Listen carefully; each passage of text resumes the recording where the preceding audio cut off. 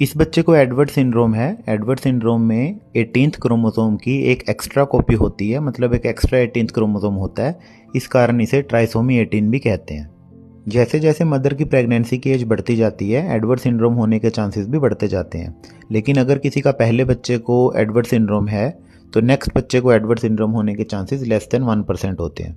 Edward syndrome हर 5 से 6,000 बच्चों में से किसी एक बच्चे को होता है। फीचर्स की बात करें तो बच्चे में लो सेट ईयर होते हैं, जैसा आपको दिखाई दे रहा होगा। कान थोड़ा नीचे की तरफ होते हैं।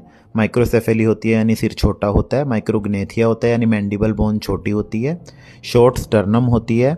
प्रोमिनेंट ऑक्सीपुट होता है, आपको दिखाई दे रहा होगा पीछे जो ऑक्सीपुट बोन है वो बड़ी प्रोमिनेंट है। बच्चे की जो फिस्ट होती है, मुट्ठी होती है, वो बंद होती है, क्लोज फिस्ट होती है। और इंडेक्स फिंगर जो होती है वो 3rd और 5th डिजिट को ओवरलैप करती है। ओवरलैपिंग फिंगर्स होती हैं।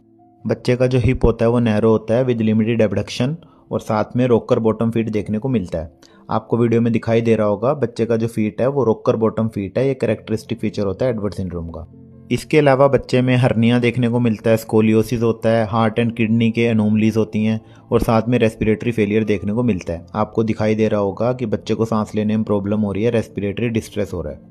डायग्नोसिस की बात करें तो 10 वीक्स के बाद नॉन इन्वेजिव प्रीनेटल टेस्टिंग की जाती है। ये एक स्क्रीनिंग टेस्ट होता है, कन्फर्मेटरी टेस्ट नहीं होता। इस टेस्ट में मल्टीपल मार्कर्स के लेवल को चेक किया जाता है, जैसे alpha fetoprotein, HCG, inhibin A, pregnancy associated plasma protein A etcetera. इसके अलावा एमनियोसेंटेसिस और कोरियोनिक विलस सैंपलिंग भी कर सकते हैं। इसके अलावा एंटीनेटल अल्ट्रासाउंड पर फीटल एक्टिविटी डिक्रीज मिलती है, न्यूक्ल थिकनेस इंक्रीज मिलती है, प्लेसेंटा जो वो स्मॉल मिलता है, और जो बेबी है वो ज़रूरत से ज़्यादा एमनियोटिक फ्लूइड से सराउंड होता है, जिसे हम पॉलीहाइड्रोएमनियोस कहते हैं। Edward syndrome most common trisomy होती है, बट ये मोस्टली अबॉर्ट हो जाती है या बेबी स्टिल बोर्न पैदा होता है, यानी बेबी डेड पैदा होता है। क्योंकि ये एक जेनेटिक सिंड्रोम है तो इसका कोई क्योर नहीं होता। 1 साल तक सिर्फ 88% बच्चे सर्वाइव कर पाते हैं, और 10 साल तक सिर्फ 10% बच्चे ही सर्वाइव कर पाते हैं। और जो बच्चे सर्वाइव करते हैं उनमें न्यूरो डेवलपमेंटल डिले होता है और मल्टीपल एनोमलीज होती हैं। ऐसी और वीडियोस देखने के लिए मुझे फॉलो करें।